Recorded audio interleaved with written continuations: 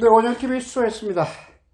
연방정부가 코로나 사태로 어려움을 겪고 있는 학생, 그리고 노약자 등 취약계층을 돕고 경제회복의 가속도를 붙이기 위한 대규모 지출안을 포함한 예산안을 발표를 했습니다. 내용을 좀 보죠.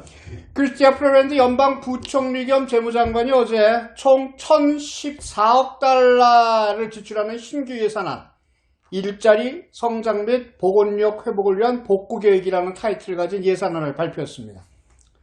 먼저 적자 규모는 지난해 3,542억 달러에서 올 회계연도에는 1,547억 달러로 줄이고 2025-2026 회계연도에는 이 수치를 307억 달러까지 줄여나간다는 아주 야심찬 계획을 담고 있습니다. 이번 예산안에서 가장 야심차게 포함한 정책은 전국의 어린이집 비용, 그러니까 타가 비용을 18개월 안에 현재 절반 수준으로 낮추고 5년 안에는 학부모들의 타가 비용, 부담 비용을 하루 10달러 선까지 낮춘다는 그런 계획을 담고 있습니다. 아주 반가운 소식이죠. 이것을 위해서는 총 5년간 300억 달러가 투입이 되고요. 이 정책이 자리를 잡은 후에는 매년 83억 달러 같은 분야에 계속 지급하게 됩니다. 또 한 가지 눈에 띄는 게 올해 6월에 종료 예정이었던 실업자 지원금, 이걸 12주간 더 주겠다는 이야기를 담고 있습니다. 지원 금액은 연장되는 처음 4주간은 현재와 같이 주 500달러지만은 그 나머지 8주간 동안은 300달러로 줄어들게는 됩니다. 또 각종 지원금의 수혜기간도 지난 2월에 이어서 추가로 연장이 되는데요. 세부 사항을 보면은 사업자와 비정규직 실직자들에게 제공되는 복구지원금, 소위 CRB의 수혜기간이 38주에서 최대 50주까지로 늘어납니다. 부모나 자식 부양 때문에 일을 할 수 없게 된 근로자에게 주어지는 복구 간병인 지원금, CRCB라고 하죠. 이것의 최대 수혜기간도 38주에서 42주까지 늘리게 됩니다. 병가 고용보험의 수혜기간은 15주에서 26주로 각각 늘어나게 됩니다. 마찬가지로 올 6월에 종료 예정했던 월세 및 급여 보조 프로그램, 이것 역시 9월까지 연장이 됩니다. 그런데 지원 금액은 7월부터 조금씩 줄어들면서 지급이 되게 됩니다. 그나마 그게 어디겠습니까? 주민들에게 직접 피부로 와닿는 또 하나의 정책이 올해 8월에 75세 이상의 어르신들에게 일회성이죠. 한 번이지만 500달러를 지급한다는 것입니다. 일종의 위로금이 되겠죠. 또 내년 7월부터 노인연금 OAS의 수혜금을 매년 10% 인상해준다는 얘기도 담고 있습니다. 어린아이와 노인에 대해서는 참 지극정성인 그런 국가입니다. 고마운 일이죠. 대규모 지출에 따른 적자를 메꾸기 위한 증세 방안도 다수 여러 가지가 있습니다. 담배의 경우에는 카튼, 그러니까 200개 피당 4달러가 올라서 5년간 21억 달러를 추가 세원으로 걷어들이겠다는 방침입니다. 전자담배에도 새로운 세금을 부과하겠다고 합니다. 또 내년부터 디지털 서비스를 제공하는 대기업의 수입에 3%의 추가 세금을 부과할 예정입니다. 예를 들면 최근 인기를 끌고 있는 넷플릭스 같은 것들의 비용이 올라갈 수 있다는 얘기입니다. 10만 달러 이상의 고급 자동차와 고가품에 대해서는 세금을 조금 더 부과하고 주택을 소유한 외국인이 실제 거주하지는 않을 경우에 1%의 빈집세를 부과할 예정입니다. 이번에 예산안에 포함될 것으로 예상이 됐었던 기본소득세, 그리고 주거지에 대한 양도소득세 부과, 소비세 인상안, 이런 것들은 사실상 거론되지 않았습니다. 이번 2021년도 연방정부 예산안 하이라이트를 다시 한 번만 짧게 종합해드리자면 어린이집 비용을 대폭 완화한다는 것이고요. 각종 코로나 지원금의 수혜기간이 연장된다는 것, 그리고 시니어 지원금 500달러를 지급한다는 것, 그리고 노인연금을 매년 인상한다는 것, 그리고 담배세 인상, 그리고 전자담배, 고가 제품에 대한 세금 신설, 그리고 빈집세 신설, 이런 것들이 있습니다. 아무튼 코로나 기간에도 불구하고 국가에서 기본소득, 그리고 코로나 지원금, 또 어린이와 어른들에 대한 지원을 계속해서 확대해 나갈 방침을 담은 그런 예산안이니까 이런 예산안을 설정한다는 것 자체가 캐나다가 여전히 복지국가임을 입증해주는 일이라고 하겠습니다. 고마운 일이죠.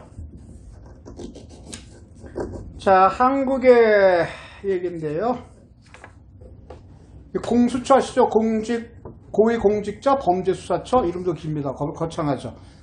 이 공수처가 출범을 했습니다. 공수처 검사 25명 중에 15명만 채운 소위 정원 미달로 활동을 시작했습니다.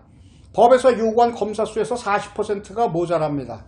사람을 쓰려고 해도 쓸 사람이 없는지 25명 쓰면 월급 줄 테니까 25명 차출해서 써라 그랬는데 그것도 못 쓰고 15명만 불러 모아서 일단 출범을 했다는 얘기입니다.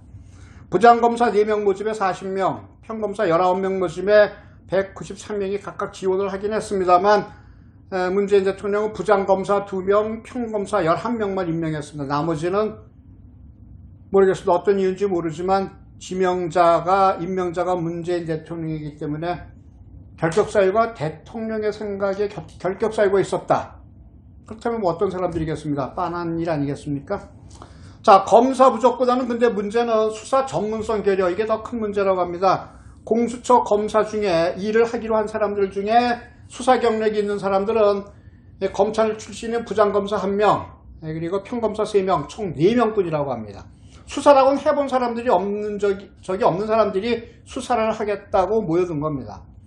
이 사람들도 수사 경력이 있는 사람들조차도 고위공직자가 염려된 대형 범죄를 파헤치는 소위 말하는 특수수사는 전혀 해본 적이 없습니다. 다른 부장검사 1명은 판사 출신이고요. 평검사 8명은 변호사 출신입니다. 수사 경험이 전부합니다. 전혀 없습니다. 공수처 수사를 지휘하는 이 김진욱 처장 그리고 영국 차장조차도 판사 그리고 변호사 이런 출신입니다. 그래서 수사와는 관련이 없는 분야에서 법조인 생활을 나름 해왔던 사람들이죠. 공수처가 수사를 본격적으로 시작하기 전부터 권력형 비리를 도대체 이 사람들이 수사할 역량이 있겠느냐는 의문이 드는 지점입니다. 공수처 검사 중에는 이 수사력은 말할 것도 없고 정치적 중립성까지도 문제가 되는 경우가 있습니다. 이 일을 하기로 했다는 김숙정 검사, 이 사람은 조국 전 장관과 그 자녀들이 스펙 품앗이를 한 혐의를 받고 있는 대학 교수의 변호를 맡았던 로펌 출신입니다. 표창원 전 민주당 의원 보좌관도 지낸 적이 있던 사람이죠. 이런 검사가 정권 불법 수사를 어떻게 하겠습니까? 이찬희 전 대한변협회장은 김 처장, 김진욱 처장에 이어서 이 여 차장도 추천을 했는데 이 여 차장은 이 전 회장의 추천자였던 변협 이찬희 전 회장의 고등학교 후배입니다. 그리고 이 전 회장의 서울 변호사 회장일 때 그 밑에서 법제이사도 지낸 사람입니다. 이찬희 전의 그 변호협회 회장은 김 처장의 5급 비서관도 추천을 했고요. 허윤 검사는 이 전 회장의 수석 대변인 출신입니다. 온통 자기 집안 식구들입니다. 공수처 조직이 특정 인맥으로 똘똘 뭉쳐있다는 얘기입니다. 공수처는 말할 것도 없이 문재인 대통령의 대선 공약이자 정권이 올인을 해서 만들어낸 검찰개혁의 결정판입니다. 공수처만 만들어지면 공정과 정의가 강물처럼 넘쳐 흐르는 신나는 나라가 될 것처럼 선전을 해왔었죠. 군소 야당들과 선거법 개정을 거래하는 그런 무리수까지 써가면서 설치법을 단독 처리했습니다. 그렇게 만들어진 공수처의 면면은 지금 와서 보면 아주 코미디 수준이라는 거죠. 초대 처장은 대통령 수석인 이성윤 지검장이 피의자로 조사받으러 올 때 자신의 관용차를 내주며 모셔와서 황제 대접을 했죠. 공수처는 정권과 가까운 검사, 수사 경력이 없는 검사들로 점점 채워지고 있습니다. 그나마 정원 미달까지 초래를 했죠. 자, 위에서 아래까지 완전히 오합지졸의 집단으로 출범을 한 셈입니다. 그러나 뭐 입만 아픕니다. 하긴 그렇죠. 공수처는요, 애당초에 똑똑하고 유능하고 수사 잘하는 검사는 필요가 없었는지도 모릅니다. 정권이 저지르는 불법은 아예 깔아뭉개고 반대편만 쪽쪽 잡아들이고 무엇보다도 문 대통령이 퇴임한 후에 문 대통령의 방탄조끼가 되려고 만든 조직이기 바로 이 공수처이기 때문에 날고 기는 민한 검사들은 애당초에 필요가 없었다는 얘기겠죠. 자기 편 사람들로 채워놔서 나중에 정권 세월이 흘러서 1년 후부터 정권 심판 운운할 때 그때 나 좀 살려달라는 얘기를 열심히 하겠죠. 그러기 위해서 만들어낸 게 공수처라는 얘기입니다. 여러분, 새 아시죠? 새. 자기가 금방 한 일도 모릅니다. 그리고 자기가 무슨 잘못을 했는지도 모르는 참 특성 있는 동물이 새입니다. 우리 정권이 이 새 같은 사람들은 아닌가. 새는 날아가는 것도 모르고 자꾸만 날아가죠. 새는 노래하는 것도 모르면서 자꾸만 노래를 한다. 새는 날아가는 것도 모르면서 자꾸만 날아간다. 먼 옛날 멀어도 아주 먼 옛날 내가 보았던 당신의 초롱한 눈망울을 닮았구나.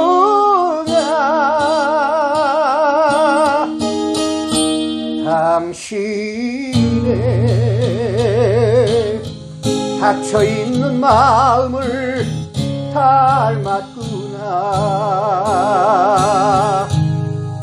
새는 날아가는 것도 모르면서 자꾸만 날아간다. 먼 옛날 멀어도 아주 먼 옛날 내가 보았던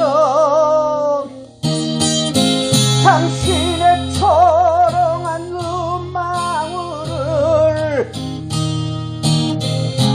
닮았구나.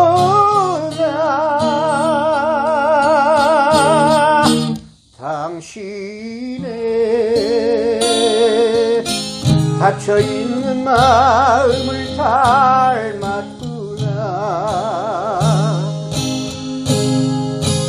당신의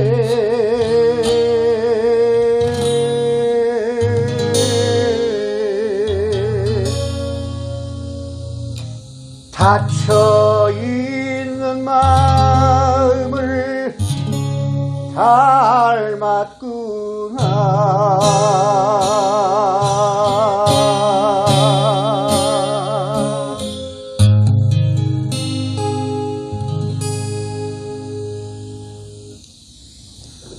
흔한 속셈말로 새되지 마십시오. 방향을 좀 똑바로 잡고, 그리고 공수처 분들 앞으로 누굴 데려다가 무슨 윽박질을 할지 모르겠지만 새되지 마십시오. 갈 길을 알고 가시는 그런 공수처가 앞으로 활동을 했으면 좋겠다는 생각입니다. 오은영TV 스트레이트 다음 시간에 다시 뵙겠습니다. 안녕히 계십시오.